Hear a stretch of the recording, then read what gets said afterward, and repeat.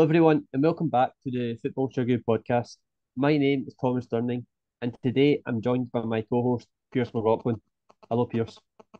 Hello, how you doing? Doing well. On today's podcast, we'll be discussing all the latest transfer news around Scotland and Europe. And at the end of the podcast, Pearse will be giving a rundown of all the latest Asian football news. So coming up next, we'll be discussing all the latest transfer news from around Scotland. So it's been a busy week of transfer news at Celtic. And we'll start off by discussing the retirement of Aaron Mooy. So Aaron Mooy, who joined Celtic in 2022, has decided to retire with immediate effect at the age of 32. So Pearse, what is your reaction to Aaron Mooy's retirement?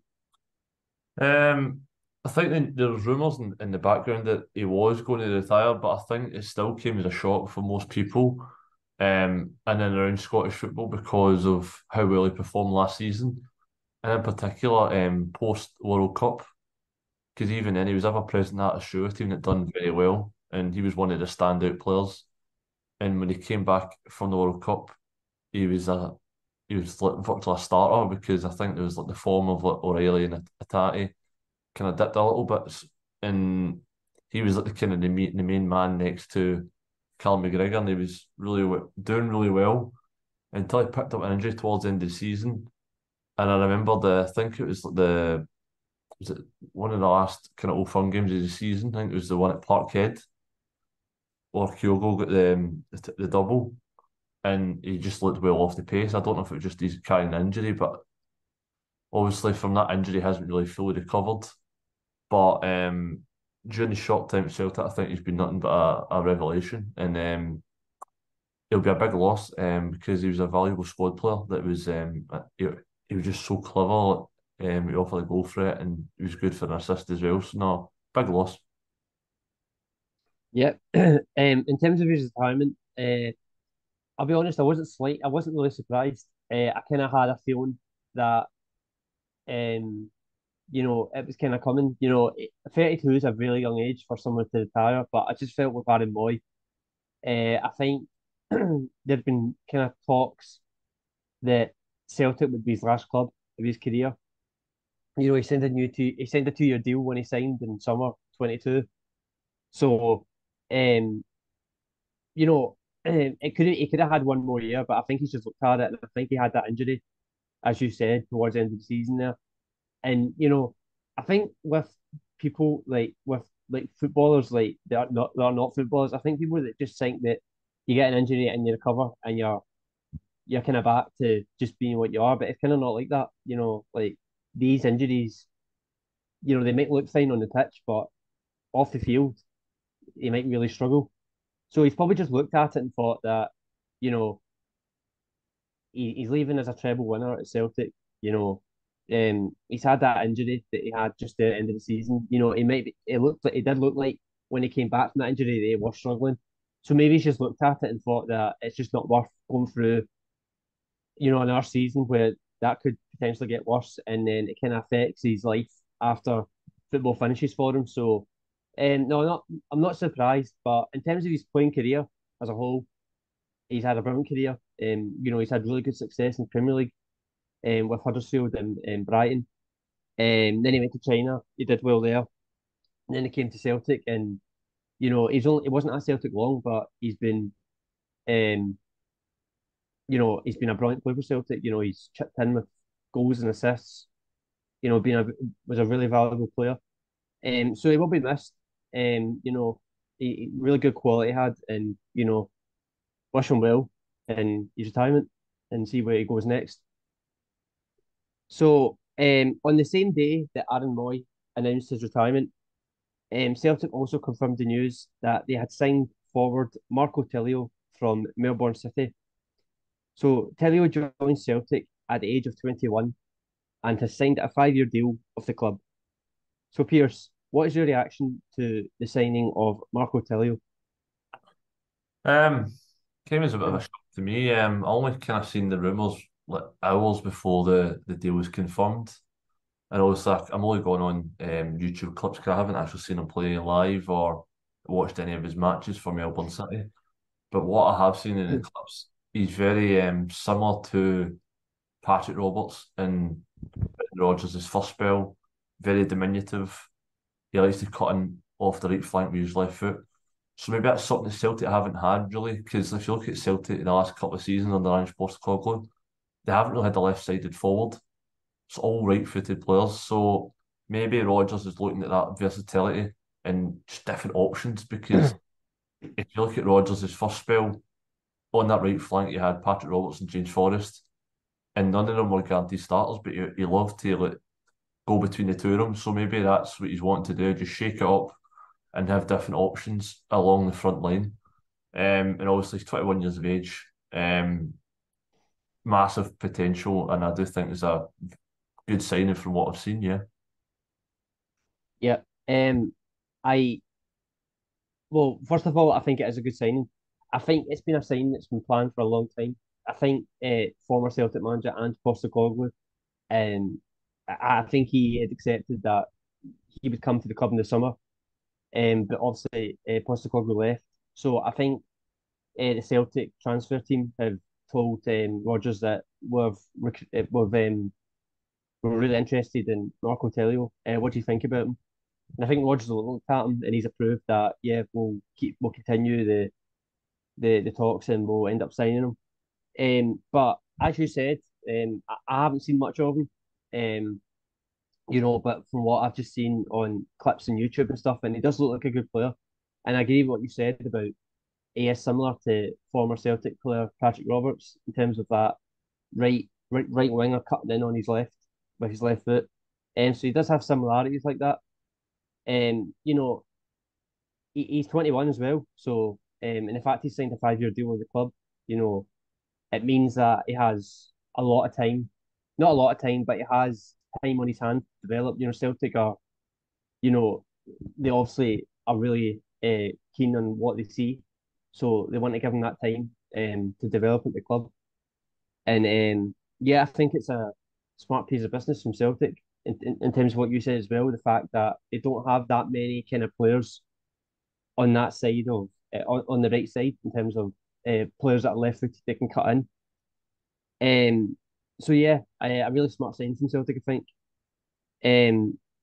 So just in terms of next season for Marco Tilio, do you expect him to play a big part? it remains to be seen. 'Cause it's still early in the transfer window, and I do think there's going to be more outgoings than incomings, so it remains to be seen. But I do think he would be maybe similar to like an Abada type role, where he might even just be like start half the games, come off the bench most of the time. But he's only 21, so I wouldn't put too much pressure on him too early. I think he will have a big part to play next season, and but like I said, it's still in the window, so we'll just have to wait and see.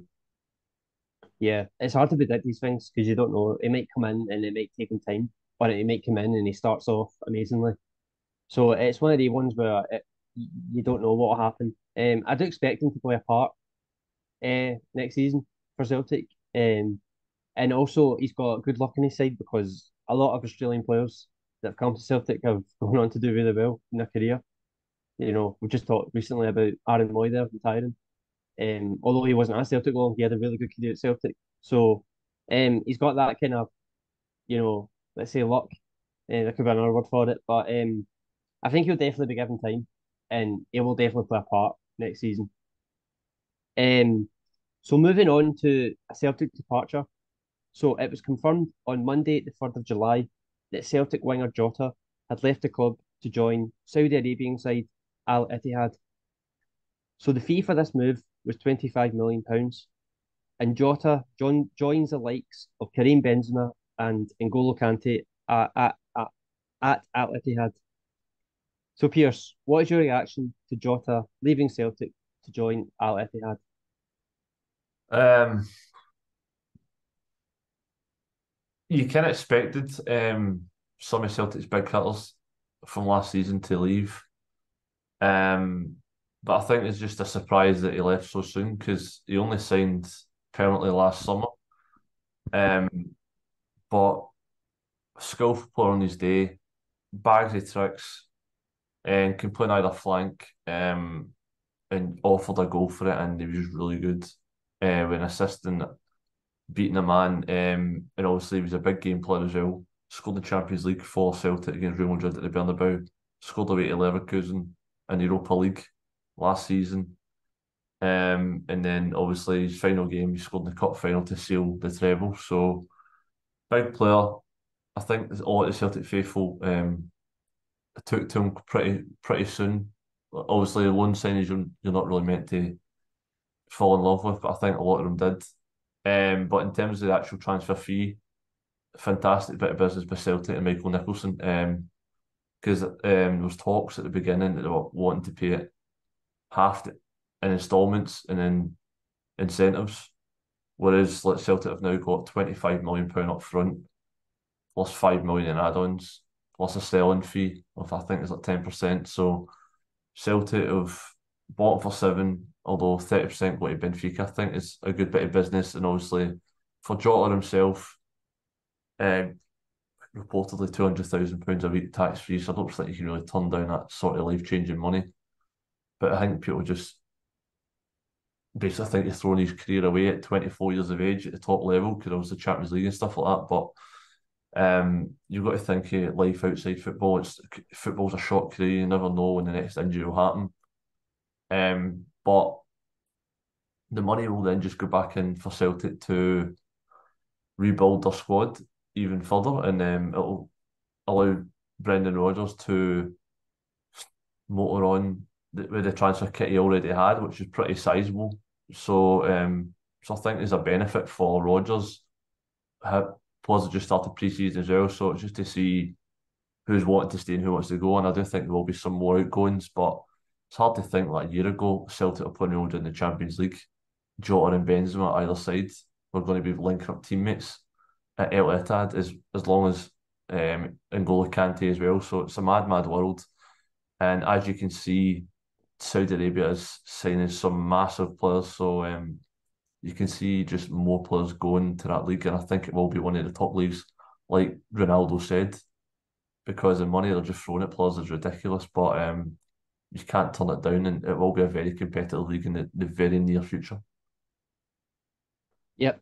Um, my thoughts of Jota leaving is I wouldn't say I was surprised he was leaving. I was surprised at the club or the league he was going to. I always felt with Jota, I've always thought that he would stay in Europe. If he was to ever leave Celtic. So the fact he's went to Saudi Arabia, that did catch him by surprise. I didn't expect that. Um, but I have to agree with what you said there about Celtic negotiating fee. I think they've done really well in getting the £25 million up front. So because I think in the past the Celtic board has been accused of not getting a good enough deal for the players that they sell. So they've done well this time in terms of the money they got for Jota. Um, I think Jota has looked at it, and I think he's thought that you know the money that he is getting. I mean, people can talk about you know where he's going, and it might not be the most established of clubs, that's not known worldwide, but people have to think about at the end of the day that the money that he is getting offered at, at Ittihad compared to the money he was getting at Celtic, it's night and day, and he can look at that and he can see that um you know that money can set him up for life. So he's looked at it. So it's an economical kind of decision as well that he's looked at it. But I think he's also looked at it, as you said, about the fact that um the league that is getting developed there. The Saudi Arabian kingdom have invested in, I think it's 5 clubs in Saudi Arabia, helping them kind of sign these top players. So I think Jota's he's been talked with from the Al Ittihad kind of chief executives and stuff, and they've told them what their plan is for the future. And I think he's been enticed by it, and he's accepted the move. But I do think I was thinking that the other day as well about the fact that not nearly a year ago, Benzema and Jota were playing against each other in the Champions League, and now they're teammates. It's football is crazy at times. But that's just the way it is nowadays.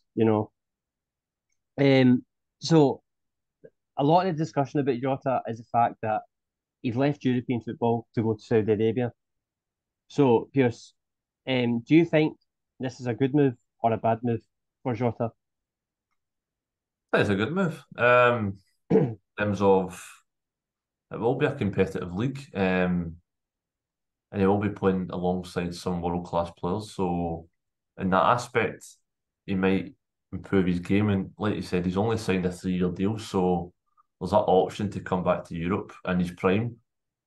And he'll obviously get to play against his idol, which is Cristiano Ronaldo. And there's some other massive stars over there, and get to learn from Karim Benzema and N'Golo Kante. So, and just in his team as well. No, so I think it's a good move in terms of that, in terms of playing with some world class players, although towards the latter stages of their career. But like you said, it's a massive decision to leave guaranteed Champions League group stage football, which is obviously for me the greatest football club competition there is, because you're playing against some of the top players in world football. But yeah, no, I think it's a good move for him, but it's a big loss going away from Europe. Yeah, I was kind of thinking about this, that kind of question for a while just before we came on, and I can't decide between both, so I'm just gonna have to say both. Like, I think it is a good move, but I also think it's a bad move at the same time. It's kind of an easy way to get out of it, but I I couldn't wait up in terms of one answer. I think it's a good move for the kind of obvious reasons. Economically, it changes his life. And he's part of kind of a revolution, I should say. You know, Saudi Arabian clubs are investing in a lot of money in European players, and a lot of these players are excited about the plans that are happening in Saudi Arabian football. So I think he's looked at it and thought to be part of that, it's exciting. And to play with the likes of Benzema and N'Golo Kante, top players that have achieved so much in their career. He's might have looked at that as well for to learn off of these guys are is really important. And also, I don't think people talk about this enough, but I think the manager as well, for Al Ittihad is Nuno Santo. He's a Portuguese, so maybe I'm not too sure, but maybe Nuno and Jota have known each other for a long time through Portuguese football. So maybe Jota's looked at that as well and thought that he knows the manager as well, and he knows how Jota wants to play. Um, so I think he's looked at that as well and thought that it'd be more comfortable for him, in terms of going into that team, then the manager knows who he is. Um, but at the same time, I do think I think it's a bad move for him in terms of his development. He's 24 and he is still young, if he does well at Ittihad, he can still come back and get a good move in Europe. But I just think with the fact that I don't think he's played enough games in Europe yet to kind of get that, you know, that experience. I felt that getting a kind of staying in Europe would have helped him more. I think it would have helped his chances more in terms of getting into the national team. Um, you know, just develop more as a player. But it's easy for me to say. Obviously Jota's got his reasons, and at the end of the day, it's up to him, his decision. So yeah, a bit of both for me, in my opinion. So just lastly about Jota, what legacy do you think he leaves at Celtic? A successful one at that. Won 5 trophies in 2 years. Scored big goals in big games. Excited fans by his skill, his flair. He could beat a man quite easily, and he just got a lot of goals and assists. So no, he excited a lot of the fans at Celtic Park, and obviously scored big goals in Europe, big goals against Rangers as well. So and cup final goals as well. So I think he's left a big legacy, and he's a massive loss to Scottish football. Yeah, no, he has. He's left. I think he's, as you said, the word successful. He wasn't here. He wasn't at Celtic long. Um, but every time he played for Celtic, he always tried to entertain the fans that paid the money to watch him. He chipped in with, as you said, important goals against the likes of Rangers, and also scored at the Bernabeu in the Champions League. I think he'll remember that for his life, for his whole life. I think that was his first Champions League goal. So um, no, he leaves a really good, um, successful career at Celtic. Um, and also, I don't know if he might think this, but he might think that the money that Celtic have got for him, I think he might be happy for that as well. Because, at the end of the day, I do think Jota does care for Celtic. I don't think he was in the best place in his career before he came to Celtic. I don't think he wasn't involved at Benfica. He had a loan in Spain that didn't really work out for him. So I think Celtic kind of gave him that chance to kind of reignite the talent that he quite clearly had. So I think he's got a lot to be thankful for at Celtic. And he leaves. I think he leaves, and I don't think the fans are. Don't think he's got any. There's no discontent with the fans. I think both kind of parties are quite happy with each other. So yeah, really successful. Um, so in the last piece of Celtic news, so on the day of recording this podcast, Celtic announced that striker Kyogo Furuhashi had signed a new 4-year contract with the club. So Pearse, what is your reaction to Kyogo signing a new deal with Celtic? Fantastic bit of business. 'Cause obviously Celtic have lost Jota from the front line, lost their manager and Ange Postecoglou, and there's rumours of a few other key players that might go. But to secure your talisman that scored 34 goals last season, um, and yeah, just a delight to watch. He plays with a smile on his face. He's a nuisance for defenders. He's always constantly on the move. Doesn't necessarily have many touches throughout the game, but when the ball comes to him inside the box or just outside the box, he comes alive. Um, and his goal record for Celtic is incredible. So to lose someone of that caliber would have been a massive regret from the club. But from his own personal point of view, at 28 years of age, he could have seeked to get that big money move because he's in his prime. But the fact is that Celtic have just signed a 4-year deal, he'll have his prime at Celtic, which is a massive bonus for them. And I'm pretty sure Brendan Rodgers will be very chuffed at that decision for him to stay on and get to work with the massive talent that is Kyogo Furuhashi.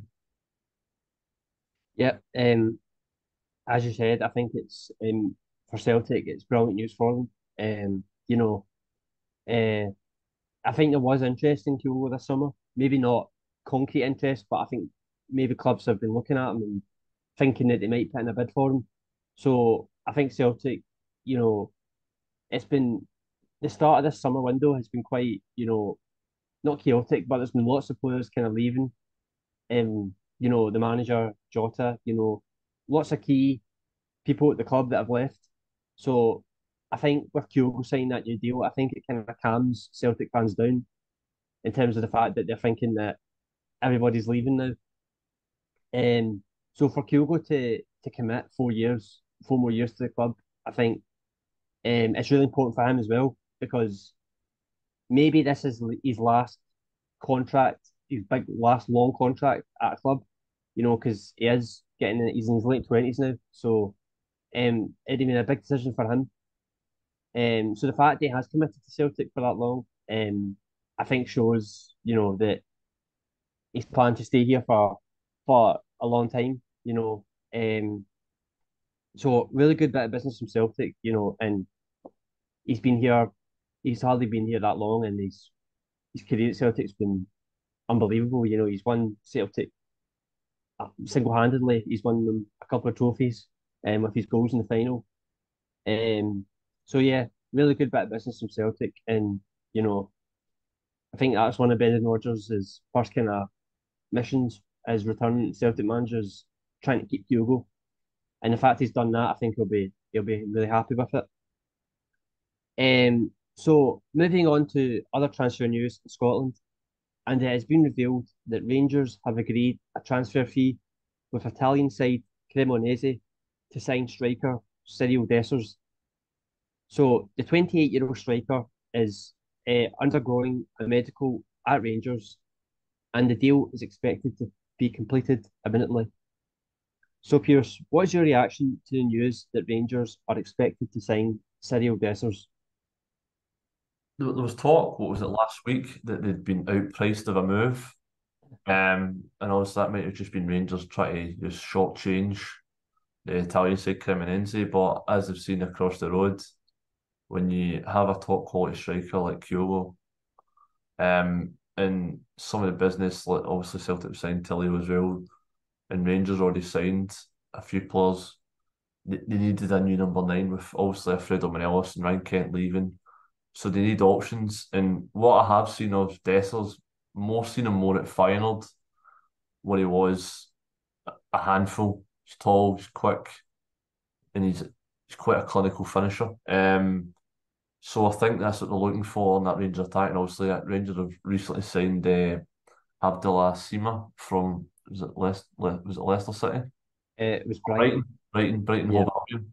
But I remember him playing against Rangers at Ibrox for Slavia Prague, and he gave them a torrid time. And obviously, he's had a few torrid loans since then. But um, he's another quick attacker, so that's the route that Rangers will be going down in terms of wanting to just fresh up that attack, quick, strong, powerful players, and just cause defenders some potential nightmares.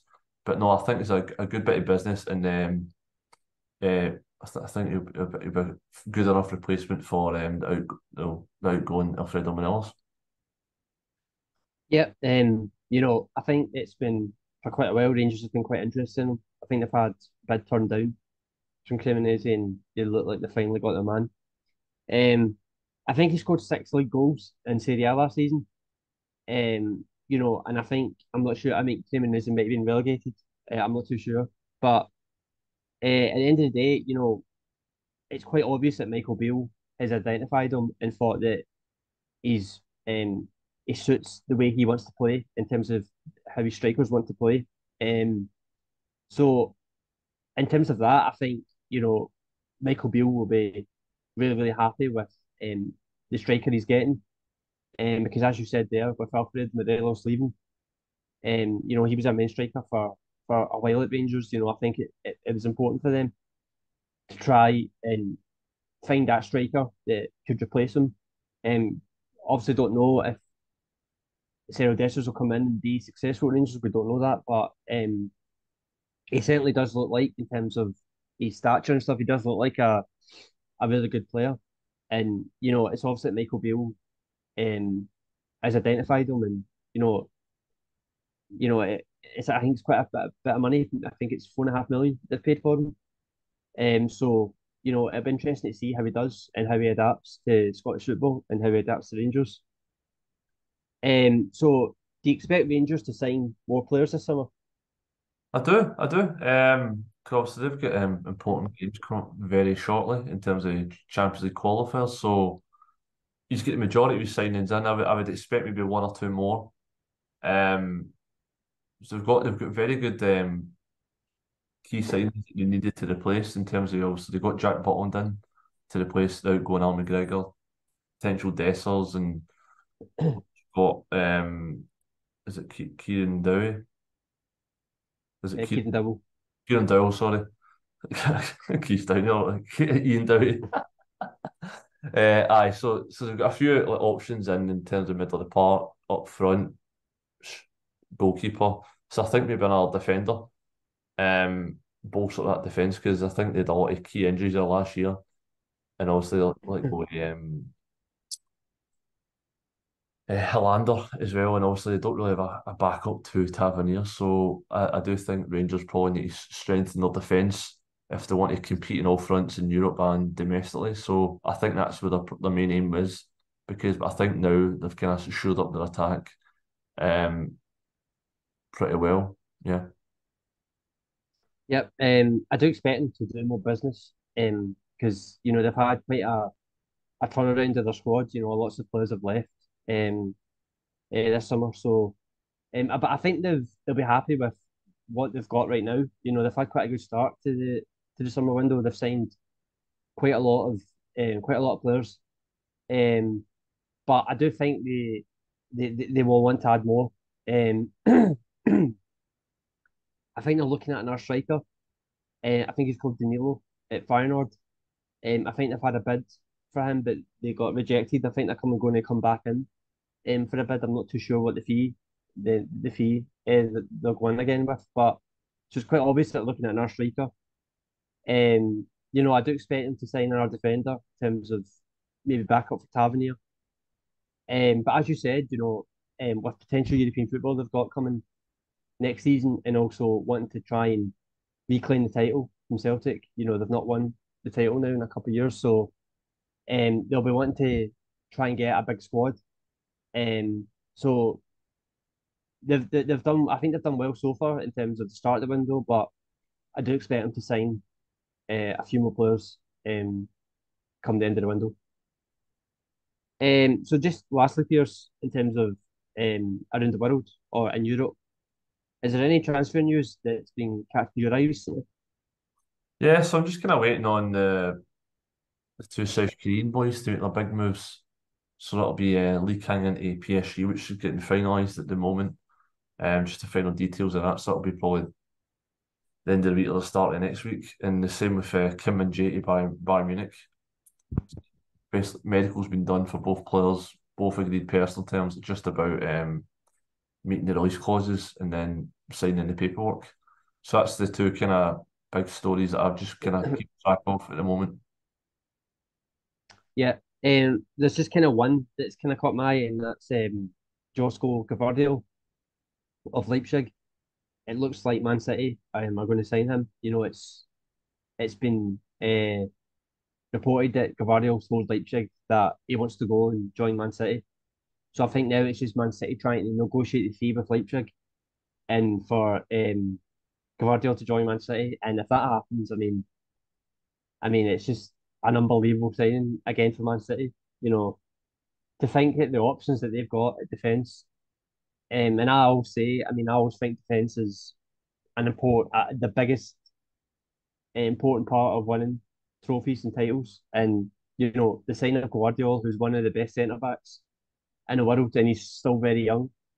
It's going to be really hard for clubs to try and fight for the title next season against Man City. So uh, I think by the end of the week we'll know more about Gvardiol, even if he's joined Man City or if he's just about to join.